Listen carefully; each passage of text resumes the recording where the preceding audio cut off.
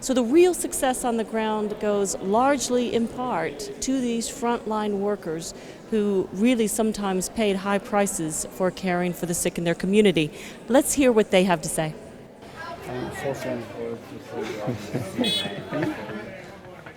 We are doing door-to-door active case search of Ebola patients in Kumala town.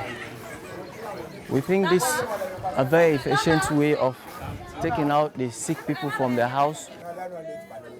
According to the census, there are 8 people inside the house. We have to line them all up, see them, physically inspect them. We think this is one of the efficient way to know if somebody is sick. If they are sick, we'll take them to the CCC. I go on all synap. So you see, as you can see, we can see them, we can physically inspect them to know that they are okay, they are well. There are no symptoms of Ebola. So that's why I said this is one of the most efficient way of doing active contact tracing and case search. You can physically see a whole family household, the whole of them. Then you can physically inspect them. Mobile teams have played a crucial role in tackling West Africa's Ebola outbreak.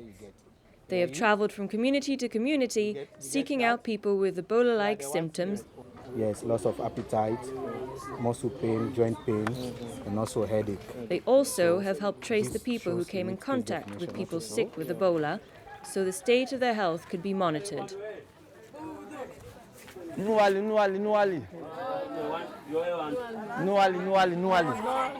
Health workers have been among the people at highest risk of getting infected with Ebola since the beginning of the current outbreak.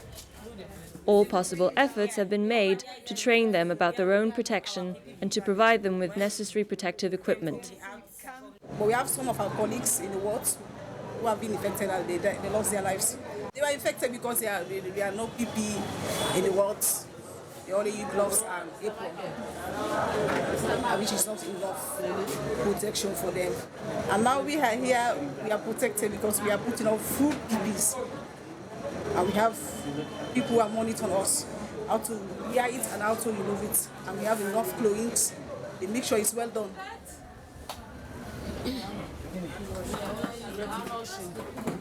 Ebola virus can be easily transmitted from the body of a person who died of the disease and spread among mourners who touch the remains.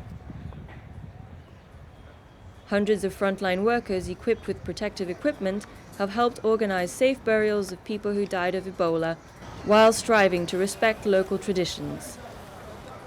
It has changed a lot because at first there was so much misconception that the loved ones they bury them in mass graves and with no respect, with no dignity. But for now, when they came in, they too feel relaxed. They put their mind at ease. They know that where our loved ones are, they are buried in a safe and dignified manner. As you can see around, the cemetery is very clean, and we have people that are working 24 hours a day to see that everything works out well.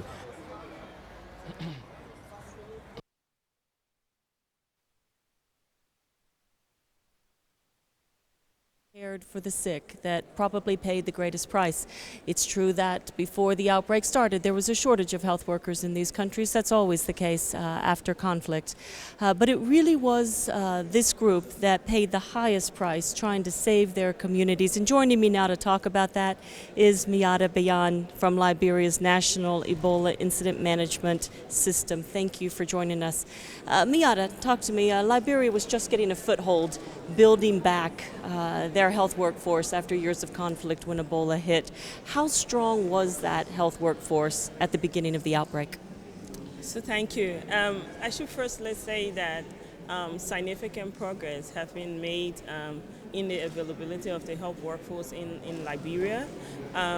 The density of healthcare workers to the population improved from 2010 to 2015. We also have around 8,000 plus community health volunteers. We have a current public health workforce of about 10,000 plus, and all of that has actually increased all of that have actually increased over the last few years.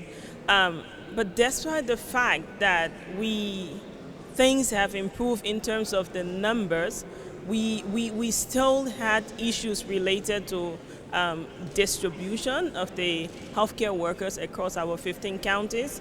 We have issues of attrition of healthcare workers for various reasons we will get into at a later part of the conversation.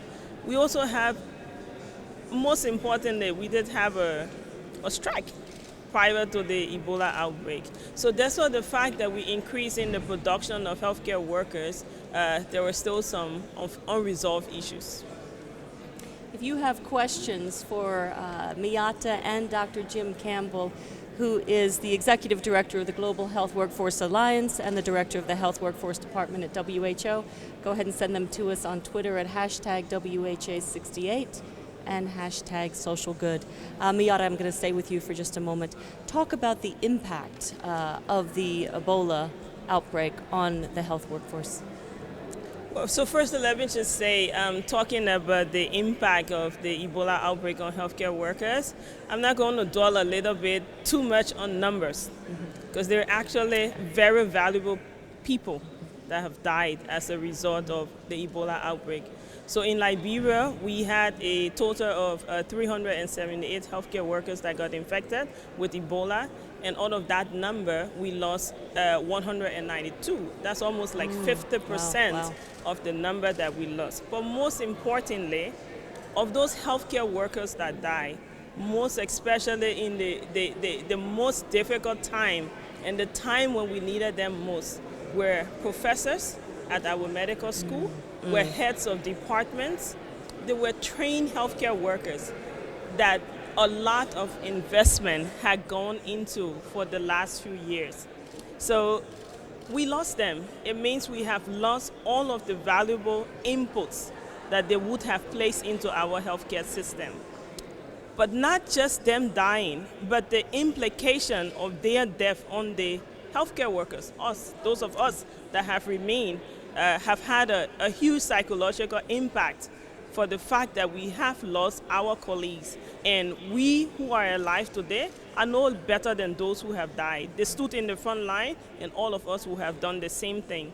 Their families that they have left behind, the children that they have left behind, the impact it has had on service delivery because of their absence, our training institution, the communities that were hardly hit, is beyond the numbers and the number of persons that we've lost. Liberia is in a very good place now. Congratulations, by the way, on ending your Ebola outbreak. How are you moving forward in trying to get back to rebuilding that health workforce, picking up where you were before the outbreak started? So let me just say the starting point is that we have to learn from what we've been through. And I think that's the basis for which we are starting to move forward when it comes to our health workforce. As I stated earlier, we had a lot of unfinished business, as I would call it, within the workforce. And looking at all that we have been through, the health workforce is on as a top priority agenda for the government of Liberia. We were working towards a need-based workforce. Health workers that will meet the needs and the demands of the population for essential healthcare services. We are working on issues of production, not just in number, but the right skill set, the right cadre of staff that will provide the services that is needed. We are also looking primarily at the issue of health workers' payment, and specifically in the case of Liberia, allow me to just describe a situation.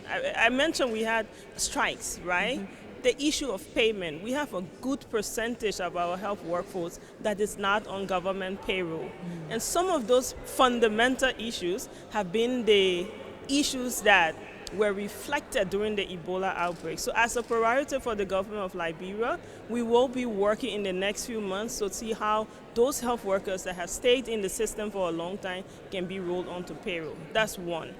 The second thing we will be working on is looking at the issue of regulation, both in terms of production and practice. And you may want to say, why regulation at this time? is simply because if even you have all the supplies, all of the resources that you provide, we're at the stage where we have to monitor what people do to make sure our healthcare workers stay alive, but also to make sure that we are able to hold people accountable for the setup they need to have to make sure that the environment that healthcare workers work in are safe. We're going to be looking at our training institutions. We do have a health workforce program that we are working on to really also look at strengthening our community-based volunteers and our community-based program. So those are the things. We know it's not going to be easy, but the fact that we have critically talked about it, we will get there. Jim, let me come to you here now. What Miyata is walking us through there cannot be unique to Liberia. Can you talk about how WHO is working with this across the world? Indeed. I mean, I think the experience that we've heard there from the words and the wisdom of someone who's had such an experience over the last 12 months and leading very strongly the national leadership response to this should be wholly recognized, and a lot of lessons to learn. And we must remember that it wasn't only Western Central Africa that was tested by Ebola. We had healthcare systems in Europe and in North America that also had to react and look at how they protect their own health workers, the services that they provide. As history will be written, Ebola has tested many outside of Africa. And it is a concern for all. We cannot look to provide the health service, an essential healthcare services package, primary healthcare, universal health coverage, public health, unless we have the strength and depth of a resilient health system with a resilient health workforce. And what WHO is looking to do is to try and maximize the lesson learning from the public health component of this, the infection prevention control, the occupational health and safety, and ensure that we take those lessons around all member states to be better prepared for the future. Now, if I remember correctly, the member states have asked you and your team to come up with a strategy for human resources for health to present at the next World Health Assembly next year. Why is a strategy like that so important? Indeed, they did last year. So 12 months ago, they requested the Director General for a global strategy on human resources for health. So it's an exciting period in that respect to also take account of this last 12 months and recognize the crucial role of health workers, and that includes all health workers, as we've seen in Western Central Africa, from the clinician to the laboratory worker to the burial worker, to make sure that we have a new narrative on the complexity of the health workforce everywhere. And the other thing that's important is also it's a global strategy. It's not a strategy for low and middle income countries. It's a recognition that we're in an interdependent world, that we have labor mobility across countries, we have labor mobility within countries, and that we need to be looking at both national, regional, and global solutions to help us underpin the attainment of the Sustainable Development Goals. Jim, I'm going to let you and Miyata go at this point. I could ask you many more questions, and I'm sure our viewers could too, but I think we're running out of time. But thank you for introducing us really to the concept of what goes into a strong health workforce and the importance of it. And Miyata, good luck as you and your team move forward. Thank you both so much for joining us. Thank you very much.